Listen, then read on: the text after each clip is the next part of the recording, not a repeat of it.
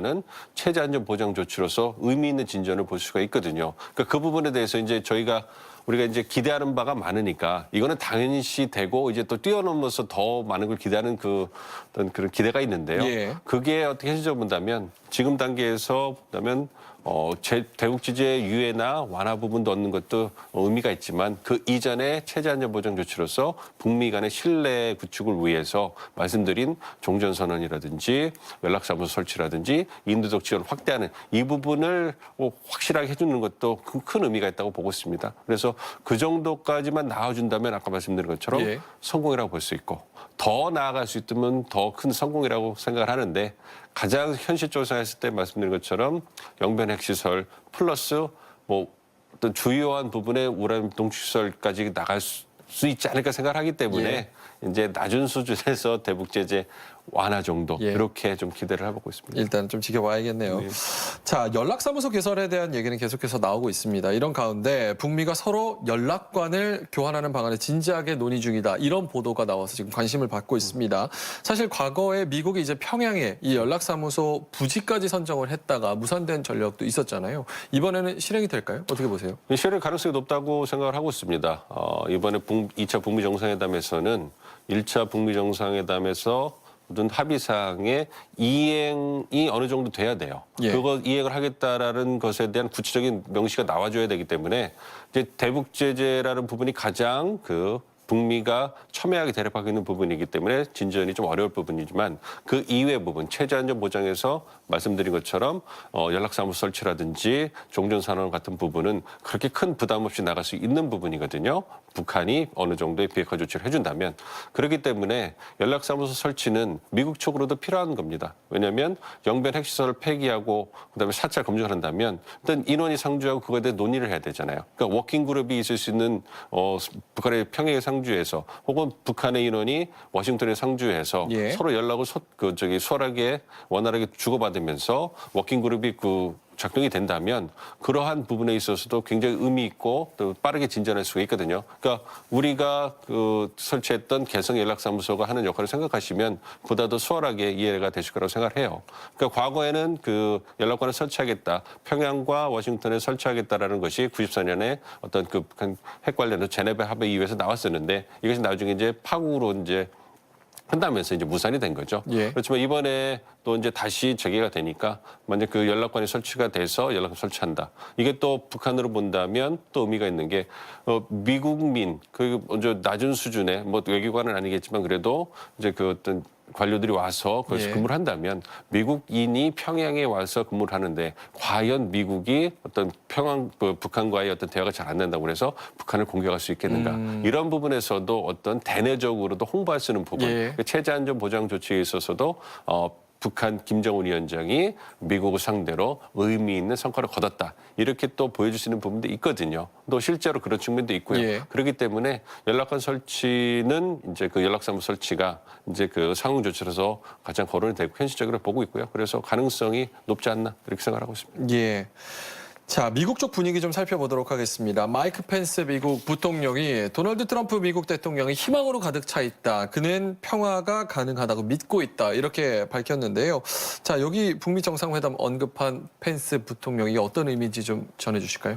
2차 북미 정상회담을 앞두고 이제 트럼프 행정부 내에서는 이제 낙관적인 결과, 즉 낙관론을 갖다 이제 퍼뜨리는데 이제 주력을 하고 있는 거죠.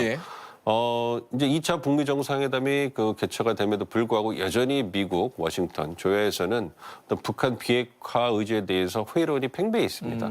그래서 이제 트럼프 행정부, 트럼프 행정부의 고위 관료들, 트럼프 대통령과 어떤 그 주변의 핵심 참모들을 제외하고는 여전히 북한의 비핵화 의지에 대해서 회의적인 시각이 훨씬 더 많거든요. 그래서 그러한 부분에 대해서 이제 트럼프 행정부 고위 관료들이 나서서 트럼프 대통령을 포함해서 협상이 잘 되고 있다. 우리가 서두르지도 않고 어떤 진전을 보기 위해서 차근차근 잘 나가고 있기 때문에 좋은 결과, 긍정적인 결과를 기대도 좋다. 나에게 힘을 부어달라, 지지해달라. 이러한 메시지를 볼 수 있겠습니다. 예.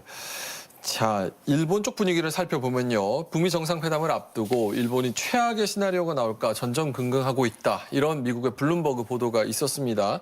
지금 일본이 걱정하고 있는 것, 재팬 패싱 외에 또 뭐가 있을까요? 예, 그거를 좀 구체적으로 말씀드리면 예. 그 뭐 하나의 언론 보도니까요. 뭐 그거에 대해 정확성에 대해서는 100% 확신하기는 쉽지 않다고 일단 먼저 말씀을 드리고요. 예. 이제 말씀하셨으니까 좀 살펴보면 블룸버그 통신이 보도한 걸 보면 네 가지인데요. 말씀해 주신 것처럼 첫 번째가 미국이 ICBM만 이제 그 신경을 써가지고 이제 그 일본과 한국을 타격할 수 있는 주로 일본이죠. 단거리, 중거리, 탄도 미사일을 갖다가 처리하는 부분에 대해서는 소홀히 할 수 있다. 그러니까 미국을 공격할 수 있는 ICBM은 그 폐기가 제거가 되지만 그러니까 일본을 공격할 수 있는 그 중거리 미사일은 여전히 남기 때문에 예. 미국의 안보 위협은 여전히 남을 것이다. 이러한 위기감이 있는 거고요. 예. 두 번째는 이제 미국이 이번 2차 북미 정상회담에서 주한미군 철수 카드를 꺼낼 수 있을 것이다. 그러니까 주한미군이라는 것이 주일미군과 그 더불어서 미국이 동북아에서 균형 역할을 하는데 가장 중심적인 역할을 하는 부분이거든요. 예. 그래서 이제 뭐 주일미군, 그러니까 미일 동맹에 기반한 주일미군이 남아있다 하더라도 그것을 도와서 이제 미국과 그다음에 중국을 견제하는데 역할을 해온 것이 그 한미동맹 그리고 주한미군이거든요. 그렇기 때문에 주한미군이 철수가 되게 되면 그러면 주일미군은 어떻게 되는 거지? 그리고 그 뭐 미일 동맹에는 영향을 미치는 거 아닌가? 이러한 우려가 생긴다는 거죠. 예. 그러니까 안보 위협 이게 굉장히 큰 거죠. 그러니까 일본 측으로는 여전히 미국이 이제 그 든든한 동맹으로서 자신의 안보를 지켜주는 것이 이제 중국을 견제하고 그 지역에서 자신들의 어떤 안보 환경을 유지할 수 있는 부분인데 어떤 주한미군의 문제가 생기면서 주일미군 나아가서는 미일 동맹에 영향을 미치는 게 아닌가 이러한 우려가 생기는 거죠.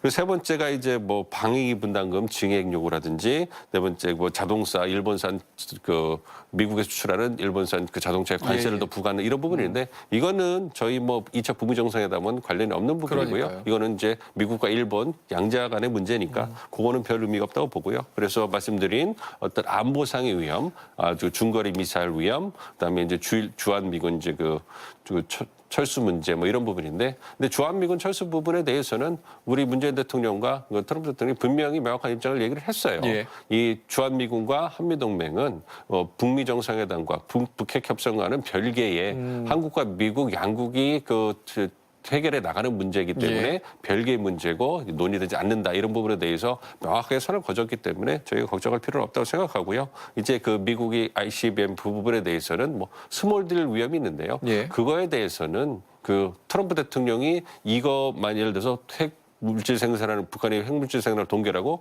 ICBM 폐기만 하고서 모든 걸 스탑한다면 그것이 그 국내 정치적으로 얼마나 성과로서 작용할 수 있는가 생각해 보면 그렇지 않거든요. 그러니까 재선을 위해서 뛰는 대통령이기 때문에 예. 북핵의 그 어떤 성과가 나와준다 하는데 재선은 내년 가을이에요. 2026년. 예, 그러니까 지금의 그 ICBM 폐기하고 그 핵물질 생산하는 거 동결해 보면 이것이 지금 이번 2월이잖아요. 예. 이번 2월에 나온 것이 내년 9월까지 11월까지 간다는 보장이 없죠. 보장이 없고 예. 그거는 사실 현실적으로 불가능하거든요. 유권자들이 그렇게 오랫동안 기억해 주지 않습니다. 그렇기 때문에 그걸 가지고 트럼프 대통령이 만족하고 국내적인 정치적 성과를 써먹을 거다. 이거는 사실 논리적으로 좀 어폐가 있는 부분이거든요. 그렇기 때문에 트럼프 대통령도 예. 북핵 협상의 성과를 또 국내적인 목적으로 쓰기 위해서는 예. 점진적으로 계속 성과를 내줘야 됩니다. 그렇기 때문에 스몰들에 대한 우려는 그렇게 뭐 하지 않아도 되지 않나 이렇게 생각하고 있습니다. 예. 자, 청와대 쪽 움직임 좀 살펴보면요. 북한의 비핵화 과정에 있어서 트럼프 대통령의 공을 높이 평가하는 것 같은데요. 북미 정상회담에 아무래도 모멘텀, 좀 힘을 실어주려는 그런 의도죠? 예, 그렇다고 볼 수 있습니다. 청와대에서 밝히는 것은 이번 2차 북미 정상회담에서 한반도 비핵화와 북미 정상회담에서 큰 진전이 있을 것으로 전망을 한다. 예. 기대를 한다 이렇게 얘기를 했거든요. 그래서 그러한 긍정적인 논평을 통해 가서 그 입장을 통해 가지고 이제 북미 정상회담에 힘을 실어주는 거죠. 그리고 이제 여전히 남아 있는 북미 간의 어떤 입장 차이에 대해서도 청와대가 우리 정부가 이제 긍정적인 어떤 그 입장을 바탕으로 해서 예. 촉진자 역할을 계속하겠다 이러한 부분 그리고 또 더불어서 이제 이런 말씀을 하신 것이 문 대통령이 긍정적인 진전을 긍정적으로 보고 있다. 상당한 진전을 거둘 것이다. 이렇게 얘기한 부분이 이제 종교계 인사들과의 어떤 그 회동이었거든요. 이 부분은 어떻게 보면 우리 국내적인 메시지가 될 수도 있는 것이죠. 이제 국내 어떤 그 지도자들에게 예. 사회 여러 분야의 지도자들에게 이제 북미 정상회담이 얼마 남지 않았으니까 이제 진전이 될 수 있도록 국민의 힘을 모아달라. 이러한 당부한 메시지가 아닌가 이렇게도 보고 있습니다. 예. 자, 2차 북미 정상회담을 논의하기 위해서 문재인 대통령과 이제 트럼프 대통령 간의 전화 통화도 곧 임박한 것으로 보이는데요. 어떤 내용들이 논의가 될까요? 일단은 그 트럼프 대통령의 노고를 치하를 하겠죠. 예. 트럼프 대통령이 성격상 이렇게 그 칭찬을 해주고 이렇게 띄워주고 굉장히 좋아하는 분이기 때문에 일단 문 대통령께서 그런 그 부분을 잘 파악하고 있다고 알려져 있습니다. 그렇기 때문에 트럼프 대통령이 한반도 평화 체제 구축과 비핵화에 있어서 많은 노력을 해준 트럼프 대통령의 노고를 치하하고 트럼프 대통령의 리더십과 결단력이 없었으면 지금과 같은 한반도 평화 무드는 여태까지 진전되기 어려웠을 것이다 이렇게 띄워준 다음에 예. 이제 이걸 그러한 것을 바탕으로 해서 북한이 원하는 것이 무엇이고 미국이 원하는 것이 무엇인가에 대해서 얘기를 듣고 그러한 부분에 대해서 이제 그 진전을 큰 진전을 거두기를 희망한다는 메시지. 그래서 그 과정에서 우리 정부의 역할이 필요한 거 있으면 적극적으로 수행하겠다. 필요한 거 있으면 예. 말씀을 해달라. 이렇게 해서 북미 정상회담을 성공적으로 개최하기 위한 노력을 할 것이다라는 그런 말씀을 할 거라고 기대하고 있습니다. 예. 자, 2차 북미 정상회담 단 8일만을 남겨두고 있습니다. 이 시점에서 우리 정부의 과제 마무리 말씀으로 좀 부탁드릴게요. 네, 우리 정부의 역할이 여전히 중요합니다. 그 적극적인 촉진자 역할을 해줘야 되는데요. 왜냐하면 북미 그 정상회담이 북핵 협상이 여전히 초기 단계고 여전히 북미 간에는 신뢰가 이렇게 쌓여있지를 못한 상태예요. 예. 그렇기 때문에 우리 정부가 적극적으로 양국의 입장을 듣고 그걸 전달하고 그걸 통해서 입장차를 좁혀나감으로 해가지고 어떤 진전을 이루는 데 있어서 상당한 역할을 해줘야 됩니다. 그런 부분에 대해서 북미 양국도 좀 바라고 있고요. 그래서 그러한 적극적인 촉진자 역할을 통해서 우리 정부가 어떤 북핵 협상에 있어서 북미 관계 개선을 견인해가는 그러한 역할을 지속적으로 해줄 것이 요구된다. 이렇게 말씀드릴 수 있겠습니다. 예, 알겠습니다. 지금까지 민정훈 국립외교원 미주연구부 교수와 오늘 자세한 이야기 나눠봤습니다. 고맙습니다.